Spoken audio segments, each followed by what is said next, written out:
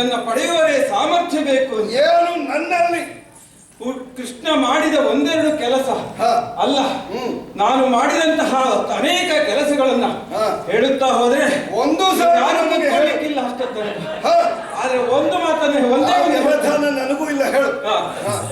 ಈ ಗೋಪಾಲಕರೆಲ್ಲರೂ ಗೋವರ್ಧನಗಿರಿಯನ್ನ ಪೂಜಿಸುತ್ತಿರುವಂತಹ ಸಂದರ್ಭ, ಇಂದ್ರನು ವರುಣನನ್ನ ಸೇರಿಸಿಕೊಂಡು ಮಳೆಯನ್ನ ಧಾರಾಕಾರವಾಗಿ ಭೂಮಿಗೆ ಸುರಿಸಿದ.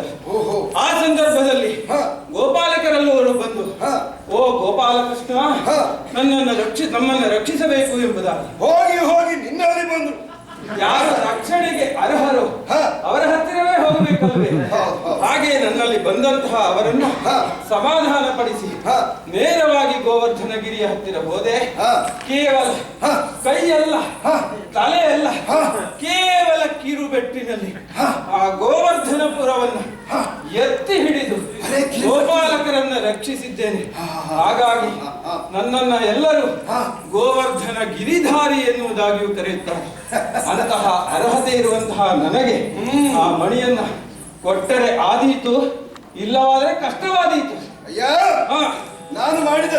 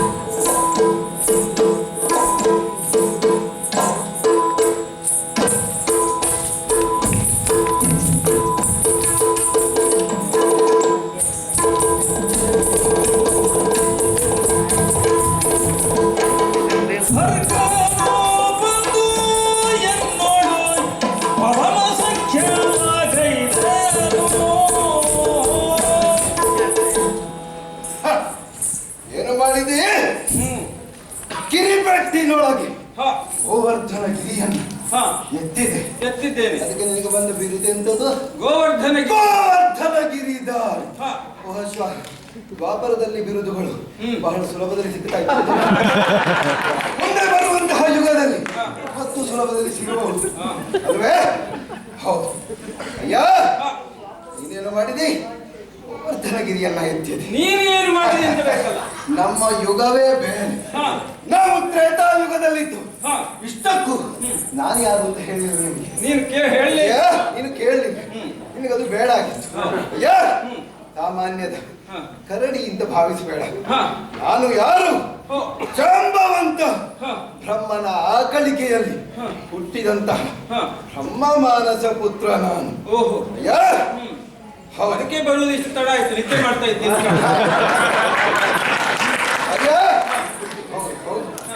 ನಾನು ಅಚೇತನ, ಬಹಳಷ್ಟು ಕಾರ್ಯಪ್ರವೃತ್ತನಾಗುವ ಲಕ್ಷಣ ಇಲ್ಲದವ ಅಂತ ನೀವು ಭಾವಿಸುವುದಾದ್ರೆ ನಾನು ಮಾಡಿದಂತಹ ಕಾರ್ಯಗಳ ಪಟ್ಟಿ ಎಷ್ಟು ಗೊತ್ತುಂಟ?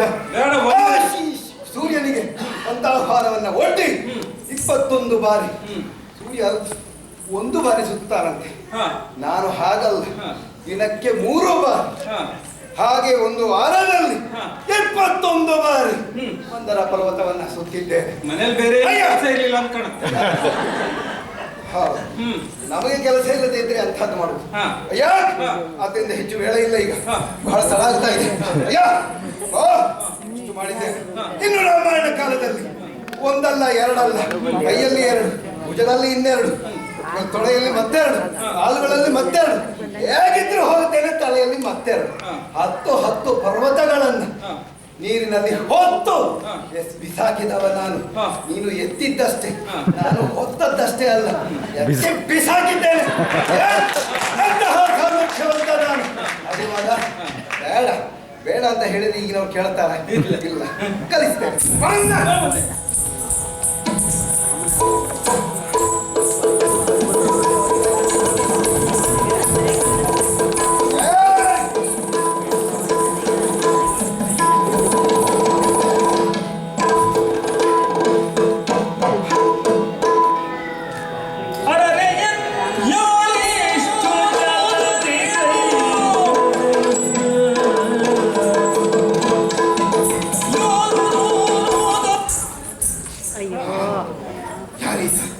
ನನ್ನಲ್ಲಿ ಈ ರೀತಿಯಾಗಿ ಸಾಹಸವನ್ನ ತೋರ್ತಾ ಇರುವಂತಹ ಸಾಮರ್ಥ್ಯವಂತ ತ್ರಿಮೂರ್ತಿಗಳಲ್ಲಿ ಇವನೊಬ್ಬನಿರಬೇಕು. ಯಾರು? ಯಾರಾದರೇನಂತೆ ನಾನು? ನನ್ನಲ್ಲಿ ನಿನ್ನ ಶಕ್ತಿ ಇದ್ದರೆ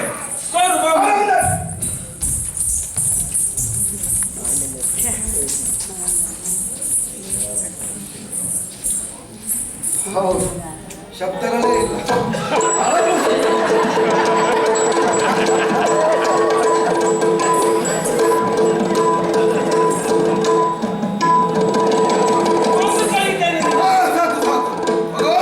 ಅವಸರಿಸಿದ್ರೆ ಏನಾಗುತ್ತದೆ ಅಂತ ಹೇಳಿ ನಾನೇ ನಿದರ್ಶನ. ಇನ್ನೊಂದು ನಿದರ್ಶನ ಆಗುವುದು ಬೇಡ. ಯಾರಯ್ಯ ನೀನು? ಹೇಳಯ್ಯ. ನಾನು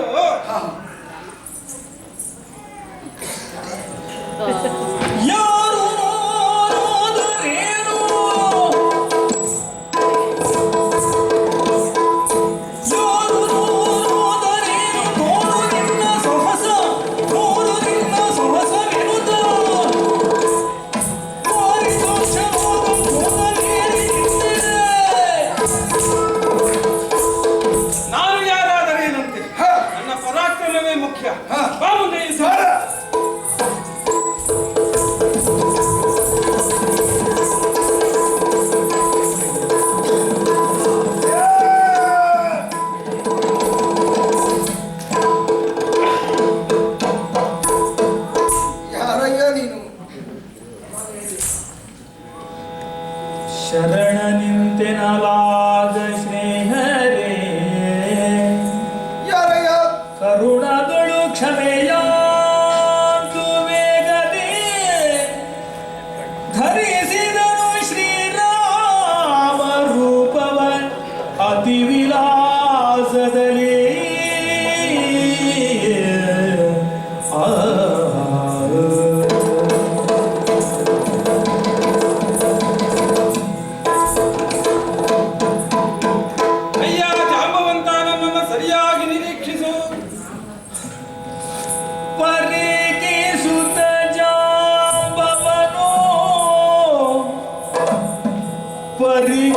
ಸುತ ಜಾಂಬವನೋ ನೇತ್ರದಿ ಸುರಿಸುತ್ತಾನಂದಾಶ್ರುವನೋ ನೇತ್ರದಿ ಸುರಿಸುತ್ತಾನಂದಾಶ್ರುವನೋ ತರತರಿಸಿ ಬಂದಡಿಗೆರಗಿ ತರತರಿಸಿ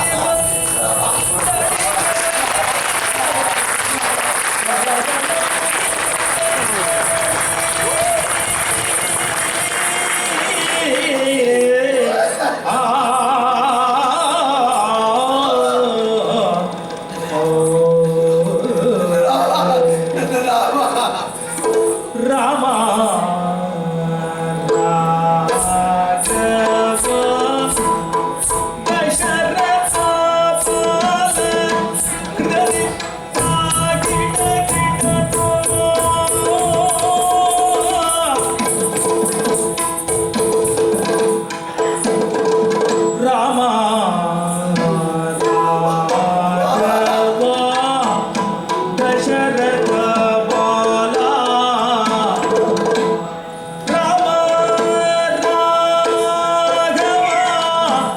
दशरथ बाला जय सीता लोला जय सीता लोला राम राघव दशरथ बाला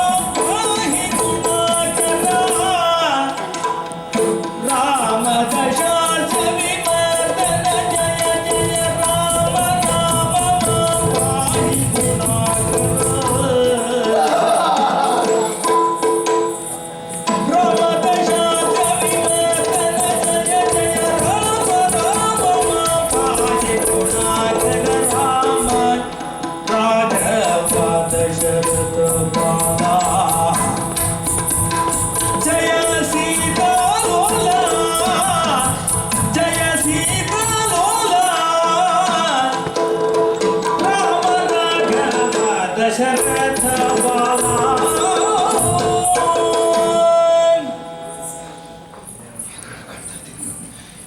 ಏನೆಲ್ಲ ಕಾಡ್ತಾ ಇದ್ದೇನೆ ನಾನು.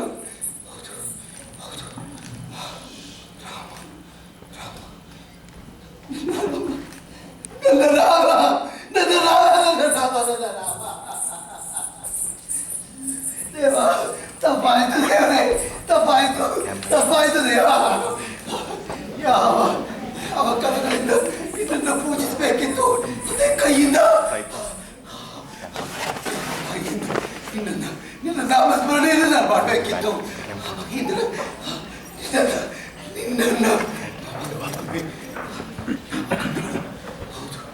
ನೋಡಿ ನಿನ್ನನ್ನು ಗುರುತಿಸಬೇಕಿತ್ತು.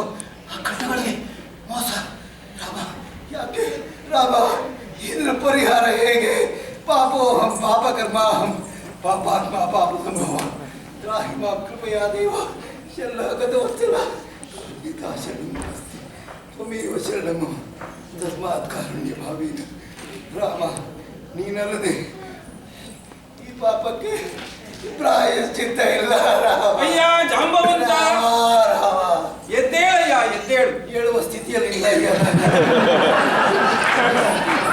ಹೌದಯ್ಯ, ನಾನು ಆಗ ಗುಹೆಗೆ ಪ್ರವೇಶ ಮಾಡಿದ ತಕ್ಷಣವೇ ನಾನು ಶ್ರೀರಾಮನ ರೂಪವನ್ನು ಧರಿಸಿ ನಿನಗೆ ದರ್ಶನವನ್ನು ಕೊಟ್ಟಿದ್ರೆ ನಿನ್ನ ಈ ರೂಪವನ್ನು ಇವರೆಲ್ಲ ನೋಡ್ಲಿಕ್ಕೆ ಸಾಧ್ಯ ಇದ್ದೇನೆ.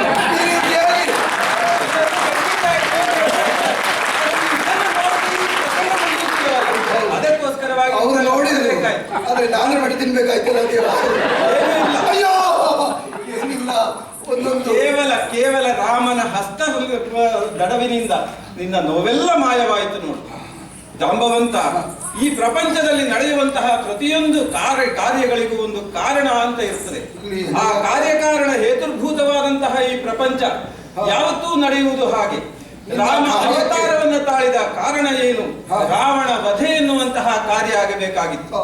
ಹಾಗೆಯೇ ಈ ದಿವಸ ನಿನ್ನಲ್ಲಿಗೆ ಶ್ರೀಕೃಷ್ಣ ಬಂದಿದ್ದಾನೆ. ಕಾರಣ ಏನು ಅಂದರೆ, ಅಂದು ಆ ರಾಮಾವತಾರದ ಅಂತ್ಯದಲ್ಲಿ ನಿಮಗೆಲ್ಲ ಮಾತು ಕೊಟ್ಟಿದ್ದೆ, ಮುಂದಿನ ಯುಗದಲ್ಲಿ ನಿಮಗೆ ರಾಮ ದರ್ಶನವನ್ನು ಮಾಡಿಸುತ್ತೇನೆ ಅಂತ. ಆ ಕಾರ್ಯಕಾರಣವಾಗಿ ಇಲ್ಲಿಗೆ ಬಂದು ನಿನ್ನಲ್ಲಿ ಹೋರಾಟ ಮಾಡುವ ಉದ್ದೇಶವೂ ಅಷ್ಟೇ. ಭಗವಂತ ಭಕ್ತನ ಅಧೀನ, ಅಷ್ಟು ಸುಲಭವಾಗಿ ಭಗವಂತ ಲಭಿಸುವುದಿಲ್ಲ. ಹೋರಾಡಬೇಕು. ಜೀವನದಲ್ಲಿ ಕಷ್ಟಗಳನ್ನ ಸಹಿಸಿಕೊಂಡು ಮುಂದೆ ಬಂದರೆ ಮಾತ್ರ ಭಗವತ್ ದರ್ಶನವಾಗುತ್ತದೆ ಎನ್ನುವಂತ ನಿದರ್ಶನವನ್ನ ಜಗತ್ತಿಗೆ ತೋರಿಸಬೇಕಾಗಿತ್ತು. ಅದಕ್ಕಾಗಿ ಹೀಗೆ ಮಾಡಿದೆ. ಮತ್ತೇನಿಲ್ಲಯ್ಯ ಜಾಂಬವಂತ, ಇನ್ನೇನಿಲ್ಲ. ಈ ದ್ವಾರಕೆಯಲ್ಲಿ ಶ್ರೀಕೃಷ್ಣನ ಅವತಾರವನ್ನ ತಾಳಿದಂತಹ ನಾನು, ಹಿಂದೆ ನಿನಗೆ ಗೊತ್ತಿದೆ, ಶ್ರೀರಾಮಚಂದ್ರ ಅಕಳಂಕ ಚರಿತ, ಶ್ರೀಕೃಷ್ಣನೂ ಅದೇ ರೀತಿಯಾದಂತಹ ಅಕಳಂಕ ಚರಿತನಾಗಿದ್ದವನು. ಆದರೆ ಈ ದಿವಸ ಒಂದು ಅಪವಾದ ಬಂದಿದೆಯೇ, ನಿನ್ನಲ್ಲಿದೆಯಲ್ಲ ಈ ಮಣಿ, ಇದನ್ನು ನಾನು ಕದ್ದಿದ್ದೇನೆ, ಒಬ್ಬ ವ್ಯಕ್ತಿಯನ್ನು ಕೊಂದಿದ್ದೇನೆ ಅಂತ ಹೇಳ್ತಾ ಇದ್ದಾರೆ. ಆದ್ರಿಂದ ಆ ಮಣಿಯನ್ನು ಕೊಡು, ನನ್ನನ್ನ ಅಪವಾದದಿಂದ ವಿಮುಕ್ತವಾಗಿ ಮಾಡು. ನನ್ನದೆಲ್ಲವೂ ನಿನ್ನದೇ, ಆದ್ರಿಂದ ನಿನ್ನದೆಲ್ಲವೂ ಮತ್ತೊಂದು ನನ್ನದೇ. ಈ ಮಣಿಯ ಜೊತೆಯಲ್ಲಿ ಇನ್ನೊಂದು ಮಣಿ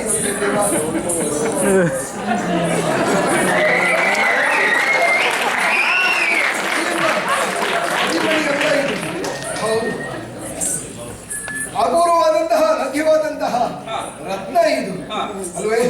ಆದ್ದರಿಂದ ಇದನ್ನು ಸ್ವೀಕರಿಸಿ ನನ್ನನ್ನು ಉದ್ಧರಿಸಬೇಕು. ಅದಲ್ಲೆಲ್ಲ ಹೆಣ್ಣು ಮಕ್ಕಳನ್ನು ಕರ್ಕೊಂಡು ಬರ್ತಾರೆ ಅಂತ ಹೇಳ್ತಾರೆ.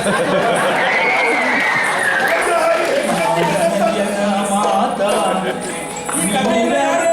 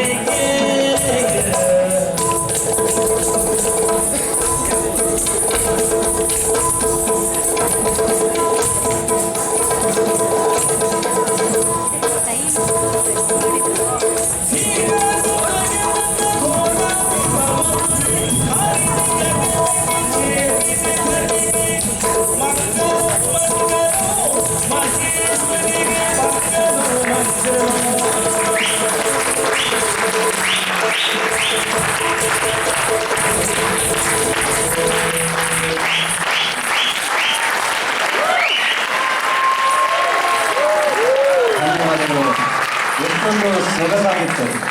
ಮಧ್ಯಾಹ್ನ ವೈಶಾಲಿಯರು ನಮ್ಮನ್ನ ಮಲೆನಾಡಿನ ಮನೆ ಕರ್ಕೊಂಡು ಹೋದ್ರೆ, ಇವರು ಈಗ ನಮ್ಮ ಚಿಕ್ಕಂದಿನಲ್ಲಿ ನಾವು ಊಟ ಮಾಡಿ ರಾತ್ರಿ ಎಲ್ಲ ಕೂತ್ಕೊಂಡು ನೋಡಿದ ಬಾಲ್ಯದ ಸಿಹಿ ನೆನಪಿನ ಅಂಗಳಕ್ಕೆ ಕರ್ಕೊಂಡು ಹೋಗಿದ್ದಾರೆ. ತುಂಬಾ ಧನ್ಯವಾದಗಳು.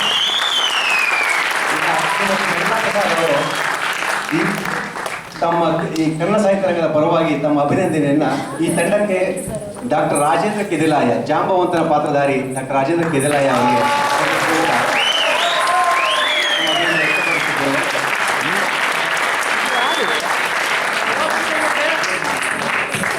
ಈಗ ನಿಮಗೆ ಮತ್ತೆ ಫೋಟೋ ಏನಾದರೂ ಬೇಕಾ? Photo opportunity? ಹೌದು.